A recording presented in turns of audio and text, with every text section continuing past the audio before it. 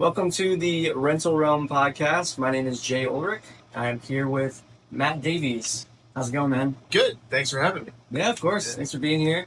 Matt is a investor, developer, rental operator, fix and flipper, all that good stuff. I'm probably missing a lot of good titles. Broker. Yeah. So he actually, funny enough, was the guy who sold me my house, and that's how we know each other. So he has a lot of really good experience in San Diego specifically. A lot of really cool projects going on. So I'm excited to get into that a little bit. But I guess you can give yourself a little intro because you'll probably do a lot better than I will. No, I thought that was pretty good. Started as a real estate broker and kind of followed the broker's creed, which is buy the best, sell the rest. I consider strongly keeping this. Yeah. Going to build a couple more in the back. But, I got into real estate as a real estate brokerage as a means to an end, to be an owner and an operator and an investor. And I don't know if I'd call myself a developer. I like to think of myself as an investor because I want to always be looking at different opportunities, right? Whether it's developing or building, converting ADUs or fixing and flipping. Everything has to be dictated by where's the profit margin, where's the spread, the velocity of the money, and maybe the second half of my life I'll do more passion projects that are just fun. So how many active rentals do you have right now? I have like 24 units or something like that. 25. Yeah, Okay. 24. Everything I have has more than one unit. So even my house, I have an ADU. And I like that model. It's just, I started with like the house hack, right? I actually started Airbnb my apartment in North PD, like under the realm of, this is, 10 years ago. Which is cool to say. Not allowed to, but Airbnb my house, my apartment, and then just saying like, hey, like if you run into anybody else, say you're my friends. Yeah. You're staying for the weekend, and I just put my apartment up there for a crazy price. And if somebody paid it, I'd literally just go get lost and go camp in Mexico or sleep at my in-laws' house, my wife, or like we would just, So we took all the money that we made from Airbnb our apartment, which was like about $30,000, and that was like every dollar that we made from that went into a separate bank account in a separate bank, and that was like the beginning of our first house fund. Okay. And so I had a little bit of experience with the Airbnb thing, and we bought our house, which was crazy because we sold our 2-bed 1-bath. We let go of our 2-bed 1-bath apartment and moved into a 2-bed 1-bath total fixer house. Parted with a bunch of money for a down payment and traded it to like a gigantic, mortgage at the time. What year was this? 2018. Okay.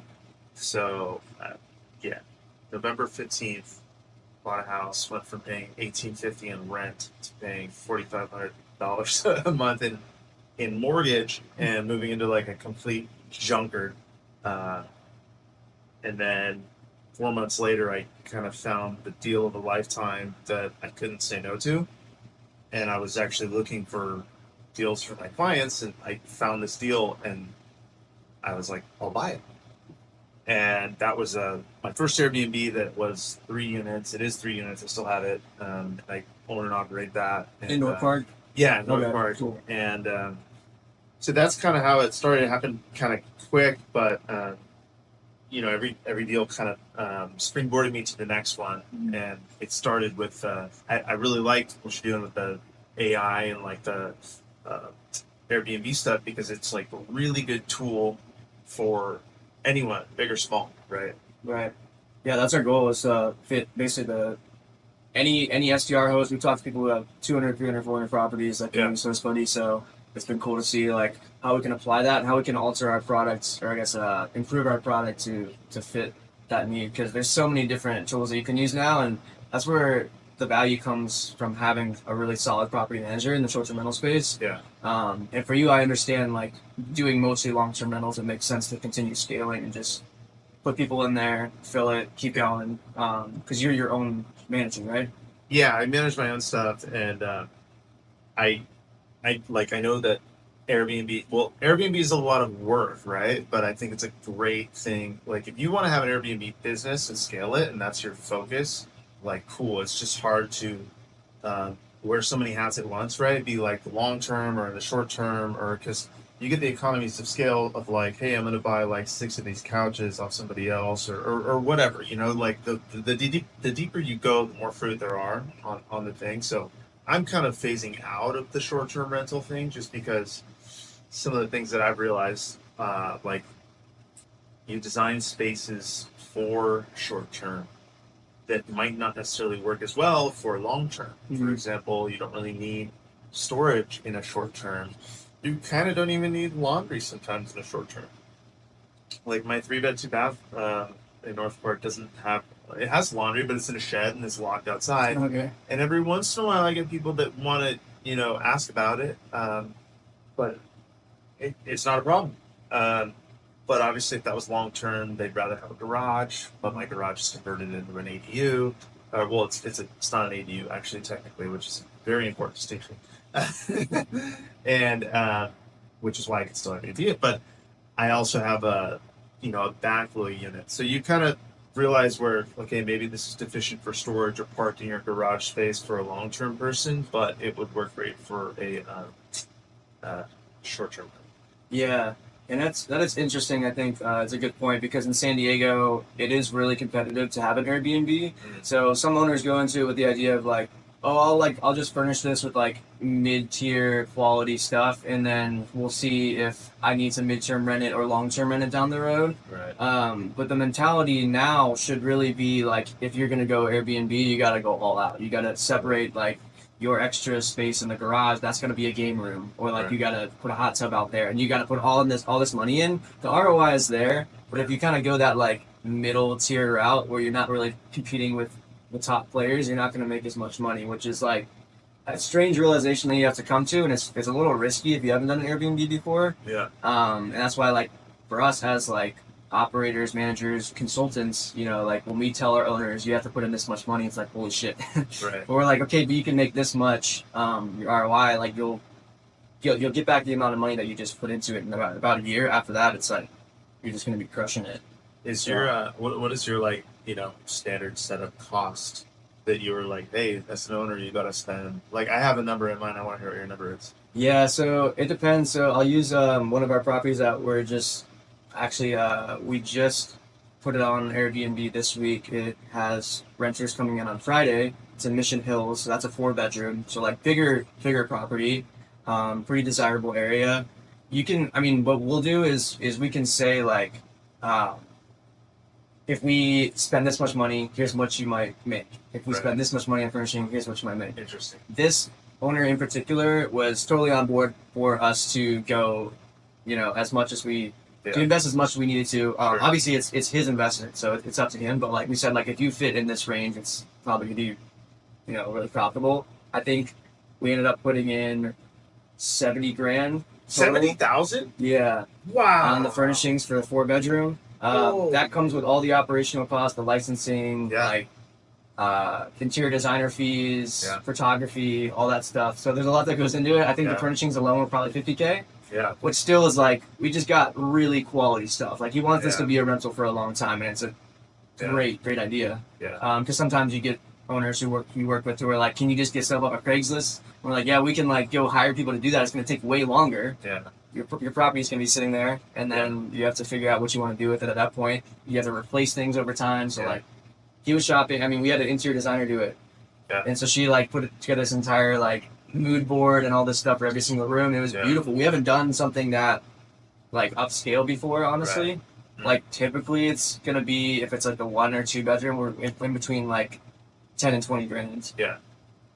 And that's still like medium tier. Yeah. Well, that's what it takes to be a professional operator, right? And that's kind of what I was getting at earlier. It's an interesting space because you have novice operators that are good. You have novice operators that are bad. And then you have professional operators that are bad, professional operators that are good, Yeah. and kind of everything in between. Yeah. And you get to a point when you get enough 5-star reviews. It doesn't really matter to get a bad one here and there. But True. if you got enough 5-star reviews because you were doing something well, right? Mm. You're doing something good and right. Um, so I always tell people, well, people love to say, one of my pet peeves about real estate brokers, people are like, oh, you could Airbnb potential or this or that, or they talk about the potential of Airbnb income. And I would just say the cream on top of that, the spread between what you can make on a long-term rental and a short-term rental is what you would, it's kind of like that is for the benefit of the operator because it is a job, right? They have to enjoy that. And I know you'll probably make an owner a little bit more money, right? Then there's you make it make sense for everybody. Yeah. Um, but it's hard being. I mean, I don't. I mean, we've kind of talked about it a little bit, but I feel like my Airbnb little mishaps always happen like Friday afternoon when I'm like done for the day or like just getting home or it's like, hey, this toilet chain broke or whatever. And it's like everybody's in that zone of like, but that's when they check in. So if something happens or just last week I had a bed, which was the California King bed in my studio, like break. I don't know. It just happens once every, 18 months or something. So he breaks a bed and just got to go, replace it. And it's like, doesn't really matter what's on your calendar. So that aspect of it, I don't love, but I don't do this stuff myself, right? It's a logistics game, but finding someone that can go kind of like long-term renters, I think have a little bit more patience for like last night. I have a new construction building. I had somebody move in and they're like, hey, the water, the shower head's not working, right? And I know it's just a little bit of an adjustment that needs to happen, but like I can't do it. I got it. And I was like, okay, I have an Airbnb open. If you need like a bathroom and shower, right? Um, can I handle this tomorrow, right? Because it's 7:37 at night, Yeah. which super reasonable, right? And that's probably a very generous.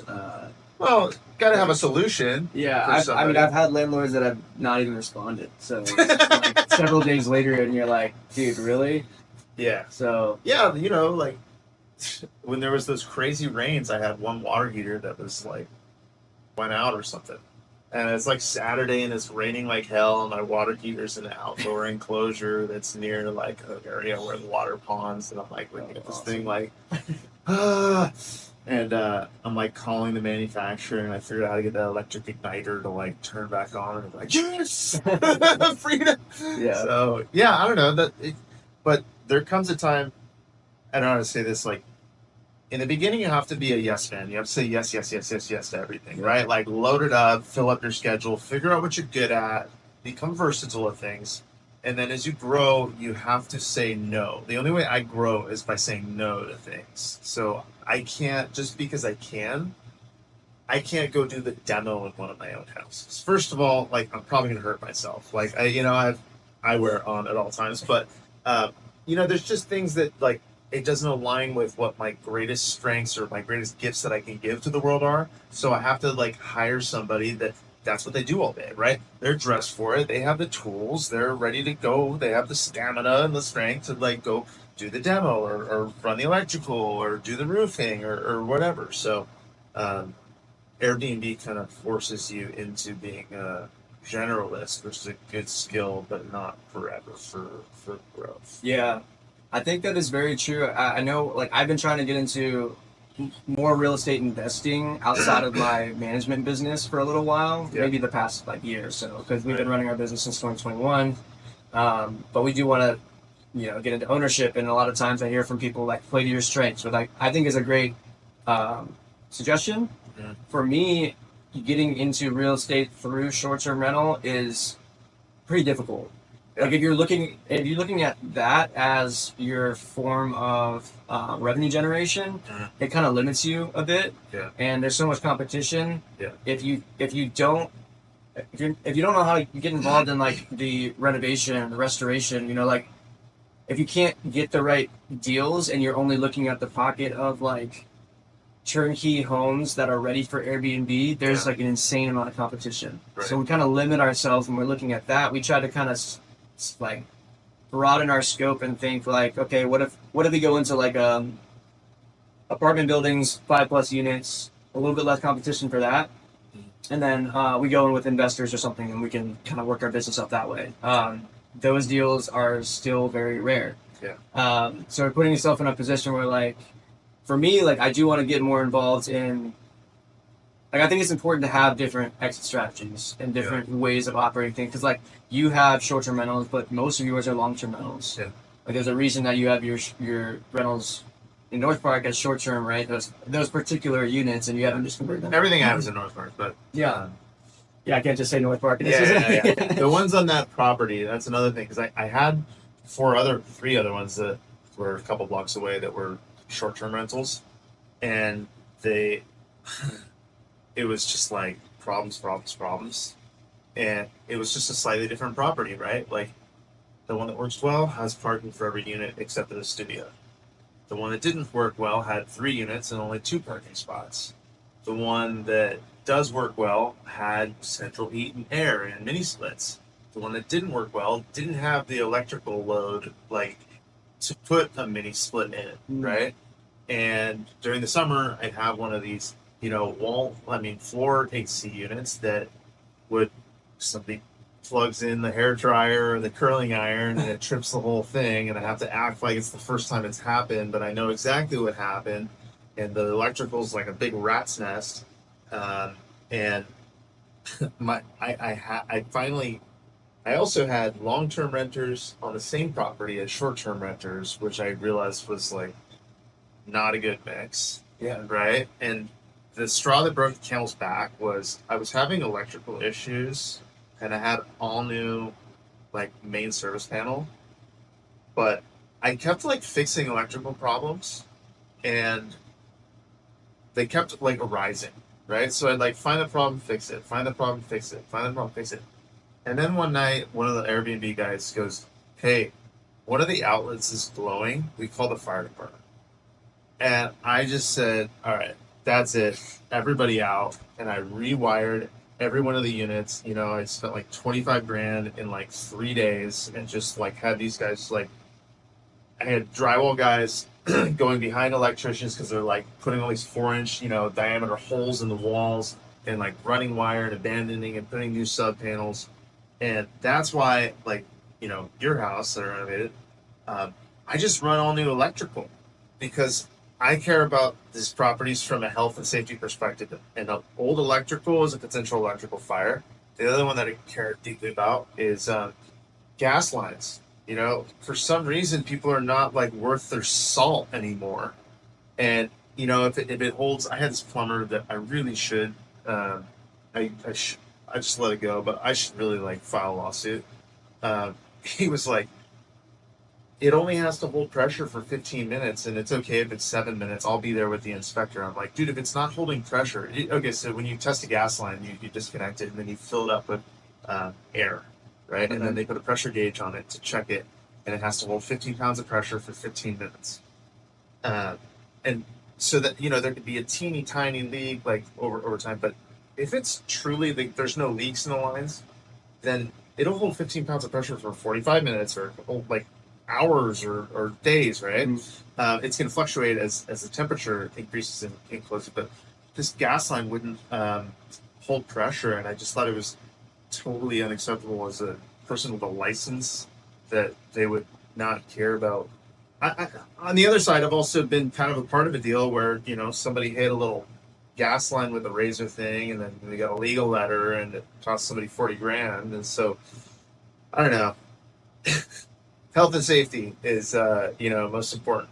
So it only costs you a little bit more to do it once. Like my dad is a commercial sheet metal worker for his and he's got all these little like zingers, like measure twice, cut once kind of thing. And one thing he says to me is, there never seems to be enough time to do it right, but there always seems to be enough time to do it over again. So It's true. I take that approach to my rentals and my construction business because I'm kind of a contractor. I'm like an unlicensed contractor, but I'm probably going to get a license. I'm more in the zone than any contractor I've met in terms of caring about my own property, right? Like they might be more knowledgeable, but I'm in there.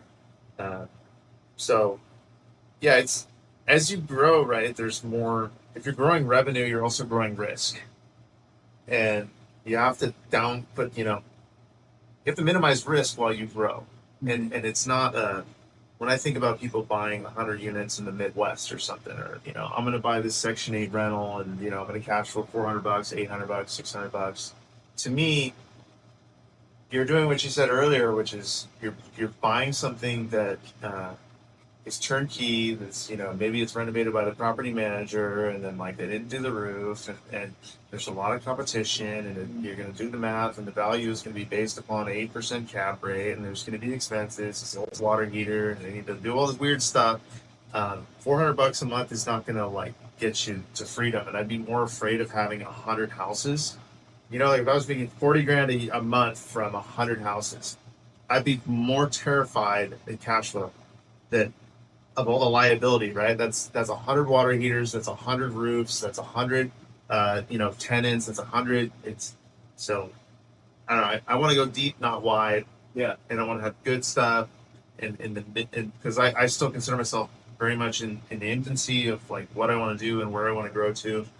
Uh, but I have to have really good quality control. I have to hand select my tenants, and I don't hide from my tenants and say like, oh, I work for the owner. I don't do any of that. Like it's me. I want to treat these people fairly. I want them to feel like they were treated fairly. I want them to have a healthy. Like I just came from changing smoke detectors because one of them was like beeping. I'm like, let me just go buy 2 new ones and swap them out. Yeah. And when you respond to things like that, people stay for a long time and they pay a lot of money because they're like, hey, I can count on this guy because he takes his investment seriously. Yeah. And I get kind of, which is funny when you think about it, not to go on too much of a monologue here. When you buy a house, you're paying taxes based on the purchase price, right? And you're kind of thinking, what can I rent something for? And a lot of these people that have owned properties for a very long time, because of I believe Prop 13, they can only have their property tax assessment reassessed or added to by 1 or 2% a year. So they've got these ancient tax assessments. So they might pay $700 in property tax per year, but you paid $11,000 a year for property tax. So everybody says, why is the rent going up? Well, in order to renovate the spaces and make them safe for habitation, and from the condition that we buy these in for people, we have to spend money in 2024 dollars. We got to buy the sticks and the bricks and hire the labor. And the labor is paying for gas and housing and food and for their families in the same dollars that we are. They're exposed to the same struggles of inflation, and it's just crazy. You have to rent things for the most you can get. You have to squeeze all the juice out of it, but in turn, you have to provide a better product, right? You need to be highly accountable. You need to give people Ritz-Carlton level service, and you need to find reasonable people that are, and I don't really have pain in the butt tenants. I have great, one thing that's funny when I buy a building and there's tenants, all cars are there like all day, every day, and people are like sleeping in the middle of the day. And I don't know what it is that they're doing, but they're paying these like low rents. It smells like pot and all that stuff. When I renovate these things and the old tenants leave, I re-rent them. It's a totally different demographic of tenant pool, right? The people will be like gone during the day at their jobs, or like they're like sweeping outside, or they're like doing it's just a different you know demographic. So it's the G word, right? The bad word G word, the gentrification. But I don't think it should be a bad word. It's crazy how there's an intersection of all these things like taxes and mortgage and rents and management and construction and values, that you have to understand all of them in order to come up with your own thesis of like, this is how I'm going to make my way in the world, right? As a comparison, like, what am I good at? Yeah, like within the rental realm itself, for sure. I think your point about just being a good owner, landlord is really interesting because I don't think people really think about that a whole lot. Especially people in the short-term rental space that compare long-term versus short-term. It's like with a long-term, like if you have an electrical problem, or water heater goes out, and like you said, like you can say like, I have this short-term rental for you to go stay at, and that was, I think, a really good way to handle that, or at least offer them another place to stay. Mm. In the eyes of a short-term rental operator, it's like, if that is a short-term rental guest, you might have to refund their entire stay. So like, Yeah. you're losing all of that money. You have to be like on your shit. Like, Right. the hospitality, it's not even, it's not real estate. Like, short-term rental is literally just hospitality and customer service and Totally. making sure that people are happy. So it's like, it's a completely different game. But that's why, like, in my mind, I'm like, if something goes wrong, we need somebody there at all hours of the day. If somebody Totally. needs to send a message and say like, hey, this is going on, how do I fix it? Like, we need coverage 24/7. Right. And it's becoming more of that case as we move into 2024, 2025, which is a main reason why we created HostBuddy AI. Like, you need that full 24/7 coverage. Yeah. Obviously, as a long-term rental manager, it's probably not super necessary. Obviously, it would be great. Yeah. But I think like you're taking it a step further and making sure that they're actually taken care of, because you see the long-term impact on that, not just the short-term. It's a nice tool for me to have in my business that I'm trying to scale, which is long-term rentals, right? To have a couple short-term rentals, because oftentimes, I've had hey, SCG&E like powers out, or I had like a funny SCG&E thing where like they put the wrong wires and they had to come or whatever, and it was like I always have like one night you can like, hey, like save myself a couple $100 for putting them up in a Motel 6 or whatever, and they just go, it's in the same neighborhood. They just go crash, like park in front, like it's fine. I'll pay for the cleaning or whatever. So I don't want to throw the baby out with the bathwater. I'm not trying to like bash on short-term rentals, but it's a commitment, right? And you need to have a certain, like. There's so many people that instinctively know like this is not for me in terms of 100%, 24/7 customer service, which is like, it's kind of like the game of like baseball or something, right? Like, you got to be ready to go when it's time to go, right? The rest of the time you're kind of like waiting, right? It's passive, and then something's happening. I feel it. Something's going on, and then you have to anticipate these things that are going to be an issue, and have your cleaning people that are going to communicate well. Hey, like we need more of this. We need more of this, so it doesn't. You can avoid a lot of those things. Like, I'm constantly checking I'm not good with systems. I'm just like, I have a me-centric business. Like, I'm the operator of many logistical things. So whenever I get a, reservation for Airbnb, like I have a calendar invite that I sent to my cleaning lady, and we don't have a conversation about that. I check on that calendar, like all those calendars, once a week, once every other week, to make sure that they're right, because if I ever miss one and I need her to come jump, I have to pay her double, because that's our goal deal, right? If she's got to drop everything and go do it, she's got to pay double. So, yeah, it's a fun.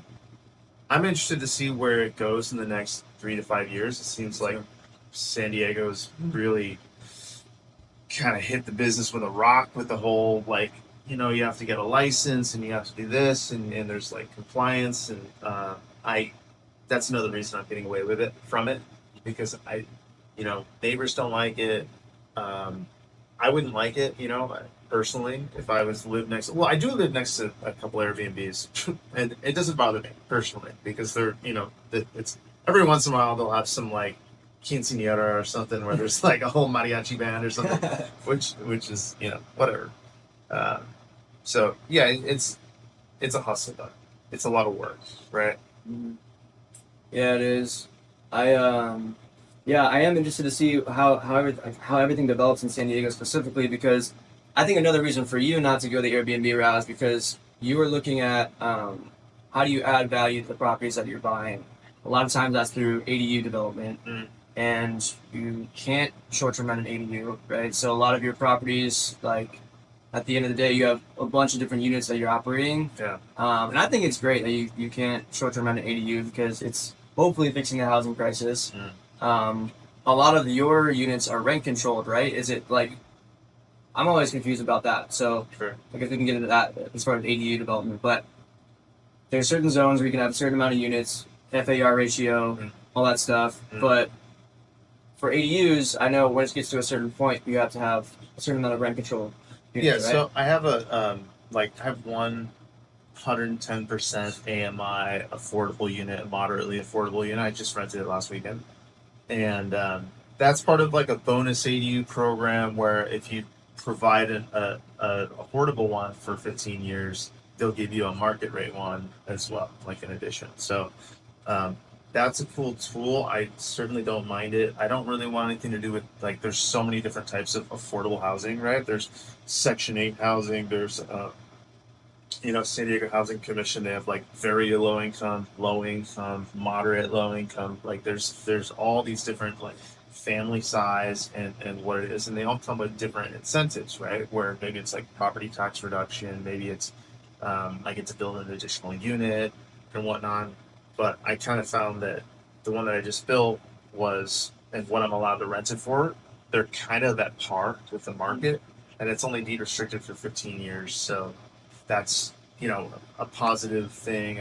I believe in the free market, so I don't really like to be in business with the city of San Diego, which is what it feels like to do Airbnb for me, because you have to submit quarterly reports. Oh, And dude. they come and like give you administrative citations before it's a Yeah. they're the judge and the jury, and there's no You have a business license hearing. for like no reason. They have all these money grab opportunities. Yeah, and it's just like, hey, here's your annually for your business license, you have to pay $392 or something like that. And you're like, why?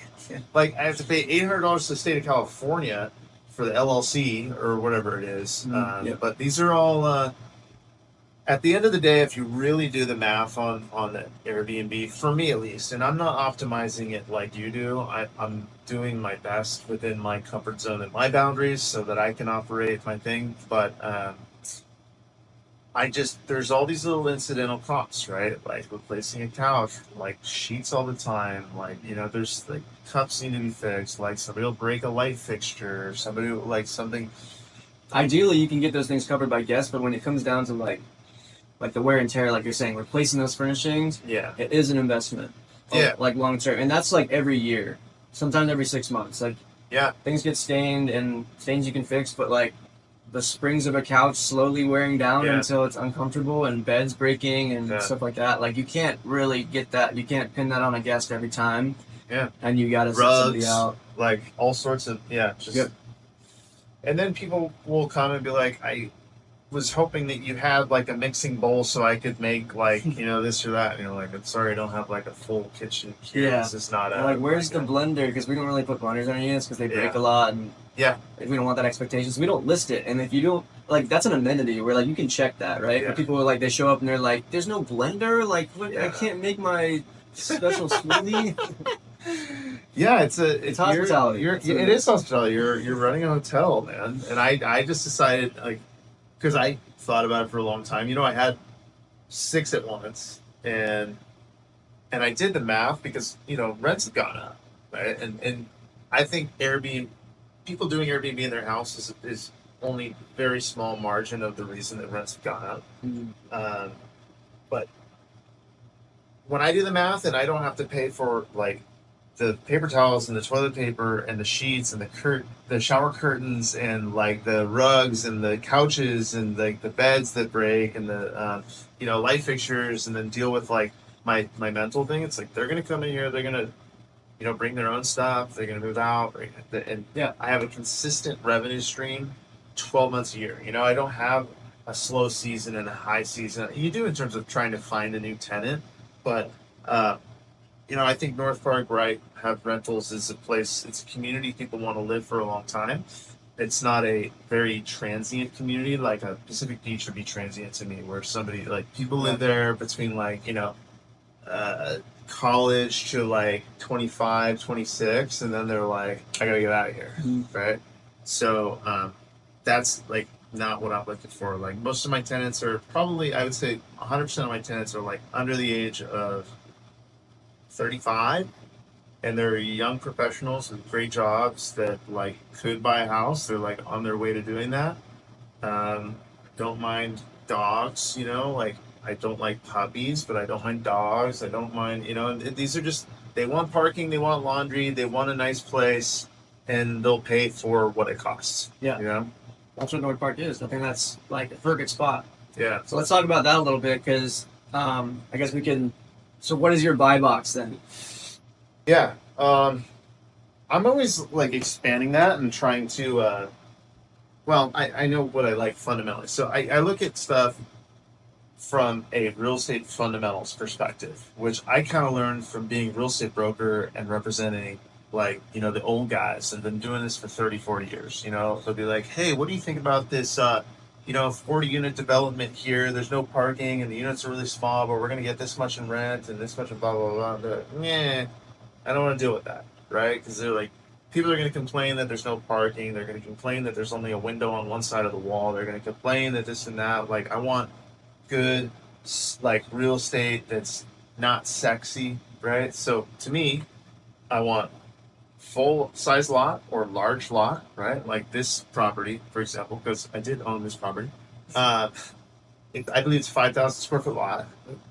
It goes street to alley, which is huge to me. I want to have access on both sides. Another one is having a driveway in the front, so a curb cut, so you could park in the driveway if you want, and access from the alley. That's so if I build additional units, you don't have to walk through people's, past their windows and stuff to come and go. Um, if you bought this house on the same side, on a half the size lot, you'd probably pay the same amount of money for it, right? But you kind of you buy land in bulk, and then you're really paying for like the property. Um, I like existing 2 units or more because I want to have multiple exit strategies. I either want to like buy this and renovate it and flip it, or I want to buy this and sell this for more as is, or I want to buy it and renovate it and operate it as a rental while I'm getting plans to build a couple additional units. And then I want to give them a couple $100 off rent while I'm building additional things, and then refinance or do whatever I need to do. So I have 4 units. When you have 2 units that are paying your mortgage while you're waiting on the bureaucracies at B, like the city and the architect and the drafter or whatever, it just gives you a lot more staying power, right? Because somebody else is paying if you do it correctly, your monthly nut, and they're getting enjoyment from it. So Yeah, that flexibility I think is really important too. That you mentioned, like if you need to cut somebody's rent a little bit for a couple months and be like, "Hey, I'm sorry, I'm developing these extra units." That doesn't exist in the short-term rental space. Like you can lower it a little bit, and maybe let people know, but you're gonna get bad reviews, and it's gonna affect yeah, you long term. So yeah, and people are gonna ask you, is that construction happening still or something? I saw some picture in the background. I'm like, it's been done for 3 years, dude. That's across the street. It's not in my control, right? Yeah, I just give people like I just completed a project. I had 3 units in the front. I built 3 units in the back, and I gave the tenants in the front. I said, I'm gonna give you guys $100 off per person per month while I'm renovating. So 3 tenants downstairs, they got $300 off rent. One tenant upstairs, $100 off rent. 2 tenants upstairs, $200 off rent. So I, lost $600 a month for, whatever. Let's just pretend it's a year, right? 5 grand. And in turn, nobody complained to me, not once, because they felt like, hey, that was reasonable. yeah, If they did need something, I would have done it. But I kind of like fenced off their parking for a while. That kind of like my tenants were super cool. I had a really good experience doing that and trying to make it an equitable solution for them. And I mean, shit. Like I'm sure you'd like to save $200, right? I'd like to save $200 or $100. And be like, yeah, that's gonna happen whether or not. It was their idea. So yeah, multiple exit strategies is the name of the game for me. Like I want to be able to Airbnb it if I have to. I want to be able to long term rent it. I want to be able to, COVID was kind of gnarly, and I was at the time I didn't have any rentals like long term rentals. They were all Airbnb, and I'm sure you remember that. It was rough because Airbnb sided with the the the tenants or whatever. And this is a health emergency, and then all us that were paying the mortgages and the bills like got left holding the bag, and they could cancel because you know yeah, Lord Fauci went up and said something that like somebody didn't like. So I was also thankful I didn't have long term tenants at that time because I wasn't sure how it was gonna like play out with like people paying rent. right. And then I ended up kind of like living in one of my units because I was building my house, so it worked out well. I'm like the luckiest like timing. Like if there's one thing that I'm good at, it's like having really lucky timing. Like I've been very fortunate with that across my whole life. But, Damn. well, First it's just person I've ever acknowledging seen that it's not all me. Like it's like I've had like kind of the right idea on a lot of stuff, and then got lucky with the timing of it. Yeah. You know, like I bought North Park in 2019, Yeah. and since then everyone's like, Yeah. and I mean, you know, people were doing the same thing 10 years ago, you know, but yeah, What do they call you? The North Park King? North Park Whisperer, North Park Whisperer? self-proclaimed, yeah. I love that. Yeah, you're the first person I'll go to for looking at North Park deals. Because like you said, what is your anticipated AR? But you said like 1.3 to 1.4 if you're gonna just buy, renovate it, sell. Right? Yeah, I mean, yeah. So sorry, your question was my buy box. Like, I like multiple units that like I like a 2-on-1 that has one unit that you could own or occupy, right? Like, so ideally, like a 3-bed 2-bath with like a 1-bed 1-bath, like guest house slash office slash Airbnb slash whatever, where you can build an additional like 2 houses. Because that could be a really good house hack where you live in this one and you have your own privacy, you know, everything you need. You have this revenue generating thing in your backyard, and then you have this opportunity to build a couple more units, and maybe, you know, you have 3 kids like me and you have to move to a bigger house, and you're like, you know what, that's a great property, let's keep it as a rental. Like, I got an owner occupied loan that was like, you know, a cheaper interest rate, and that's, you know, we move out and it cash flows. That's a great like retirement piece, because as you know, when you the more moves you make in real estate, the more you kind of pay fees, right? You pay commissions, you pay escrow, you pay title, you pay messenger fees, dog fees, insurance, like all this stuff. So if you can only get on title of things that you sincerely want to own for a long term, your compounding efforts will be more, you know, fruitful. Right. So is that how you decide whether or not to keep or sell?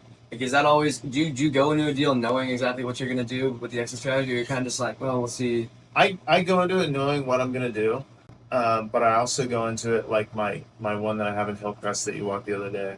I have a plan A, a plan B, a plan C, or like a phase one, phase two, phase three. And if I go to phase one and the market is like pop in, and I find something else that I'm more interested in, I might, you know, it's all like highly contingent upon what are the interest rates, where are things going, what's the opportunity, right? So that's why I don't really like to call myself a developer, because when you develop like a building, like a 20-unit building, you're exposed for so long. It's like a 3-year cycle, right? You buy the property, you get the plans and the permits, and then and pay the architects, and then you demolish everything that's here, and then you build this whole building, and you get all these little tips with the concrete and the structural and the this and the that, and there's the mechanics liens and lawsuits that are just a byproduct of doing big stuff. And then who knows where the hell you are when you're done in 3.5 years or 4 years. And I know a lot of people that are, you know, 3 years ago, the market was going freaking crazy, right? Mm. And one thing that's constant is it's always going to change. Like, whatever you're experiencing right now, like, market has been slowing down a little bit, but like, it's not going to remain slow. It's always going to change. It's a dynamic thing. And real estate's kind of got like a 3-week like attitude. You know, it's like always kind of like every 3 weeks, like the sentiment is kind of changing. Yeah, For now, you know, in this, since it's been higher interest rate environment. definitely. Hopefully it goes down here pretty soon. Here's some. Yeah, I hope so. And I kind of feel it a little bit, and I think things are waking up, and Yeah. you know, but Cool. Yeah.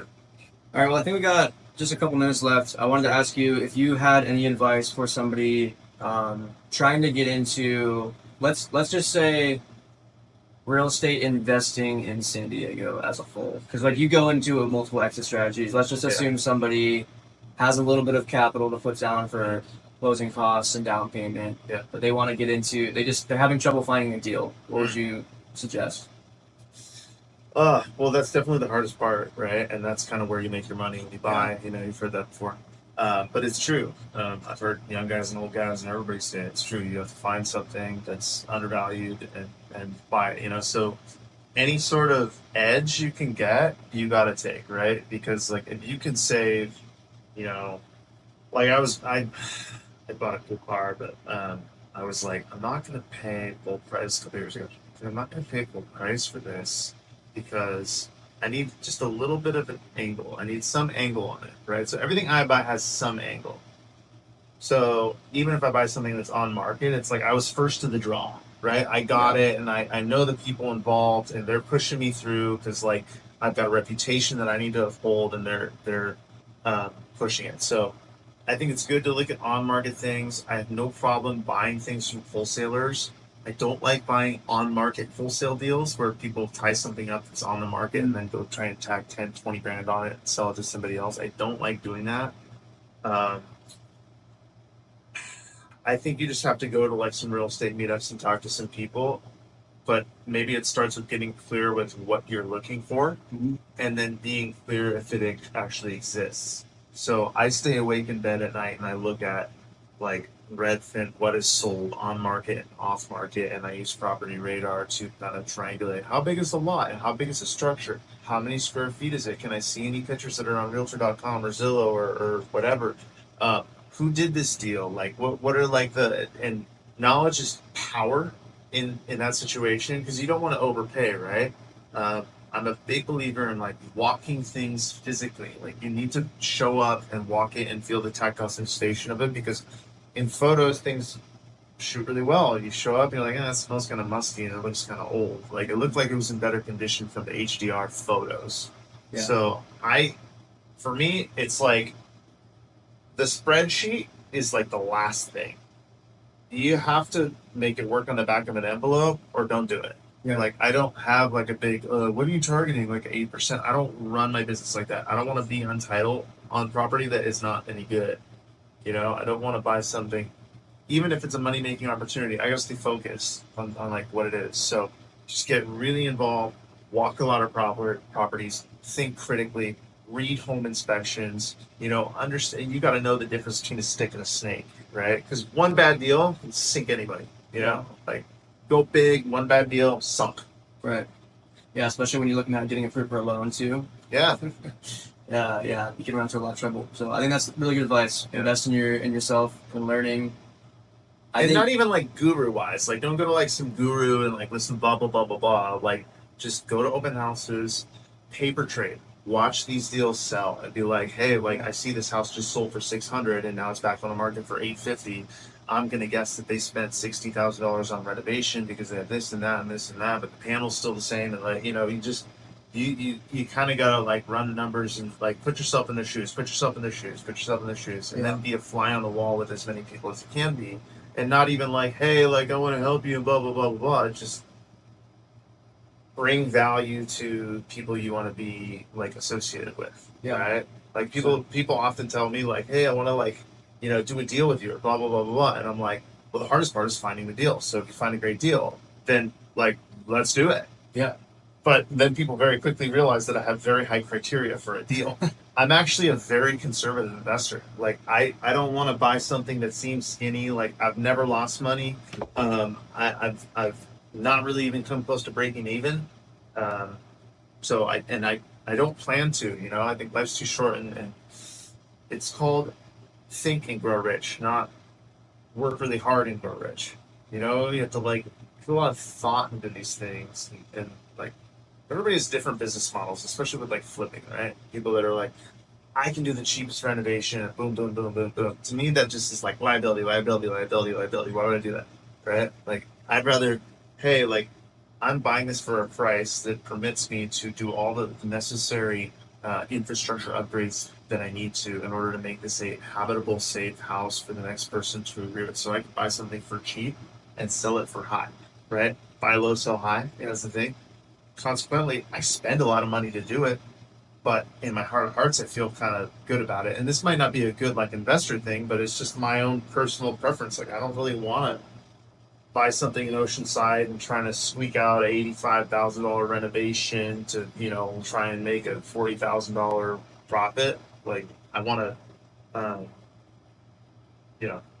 it's got to be meaningful. I got to care about it. You got to care about it. Yeah. Yeah. Cool. And it's nice that you've kind of decided that, in general, North Park has been your area. Yeah. Like you're going very deep into that market. I have other areas I'm like interested in, right? Like I'm exploring that I paper trade, that I watch. Like I like the beach. I would like to kind of do some luxury stuff in like PV or La Jolla, but those are very efficient markets. There's a lot of realtors and there's a lot of people. There's a lot of savvy people. So, you know, I mean, you can find a deal anywhere, but if you can make 100 grand flipping a $700,000 house, or you can make 100 grand flipping a $2 million house, which one do you want to do, right? Yeah. It's 700, and you'd probably rather have three of those and make 300 grand than 2 million and make 100 grand. So your actions have to be kind of dictated by logic as well. Yeah, beautiful. That's great advice. Yeah. I know we're basically out of time here, and I think it's funny you mentioned like don't be looking at like gurus and stuff like that. Because me and my business partner Sam, we joke about that a lot in the short-term rental space. There's a lot of people that act like they have the best. They can teach you how to do this, and it's just people trying to make money. On that vein, though, I know there are a lot of helpful books, podcasts. You're somebody who reads a lot, and I know listens to a lot of stuff. Is there one in particular podcast or book that you'd recommend somebody would read or listen to? When I got to real estate, I was just listening to the Bigger Pockets podcast, and I thought that was a great, like if I'm doing the dishes or I'm cleaning up the house or I'm going on a walk or something, just kind of keeping that in the background to learn the lingo and speak. Like, yeah, so that's a great podcast. You always got to keep it simple, right? It's just keep it simple, stupid. Books wise, everybody always says like Rich Dad Poor Dad, and I did read that, and it did make a lot of sense to me. There's like Think and Grow Rich is a great book. Tony Robbins, like Awaken the Giant from Within. There's The Psychology of Money. There's a great book by this woman named Lynn Twist called I'll get to see, but she's a nonprofit person. I think it's just you have to understand a little bit about a lot and how it works together. And a lot of these specialists don't know anything about something that they correspond of. Mm-hmm. So, knowing a little bit about tax, but I'm not suggesting like read the tax code. I'm suggesting like understand the part that you need to understand, because your actions need to be productive in everything you have to deal with, right? Like liability, taxes, mortgages, like fees, just like your timeline in life. Like it all has to. So I just try to think things forward and backwards. One last thing on like the guru thing. I think everybody has to make a decision when they're going to go from being the student to the teacher. You don't like graduate being a student and become the teacher, but you decide that I don't need to listen to everybody about everything about how to do it. Like I can figure this out, and I'm gonna search for the relevant information that I need, because I think sometimes showing up in the world as a student in every single way is counterproductive at some point. You have to like grab life by the balls and just do it. There is no more, I'm sure you've had a conversation with somebody and it's like a what if and a what if and a what if, and it's like you're not going to get any more clarity about the situation until you do it. And when the what if actually arises, we'll do this, and that to make it happen. But it's, this is as clear as it's going to be, and then you're going to like push through it.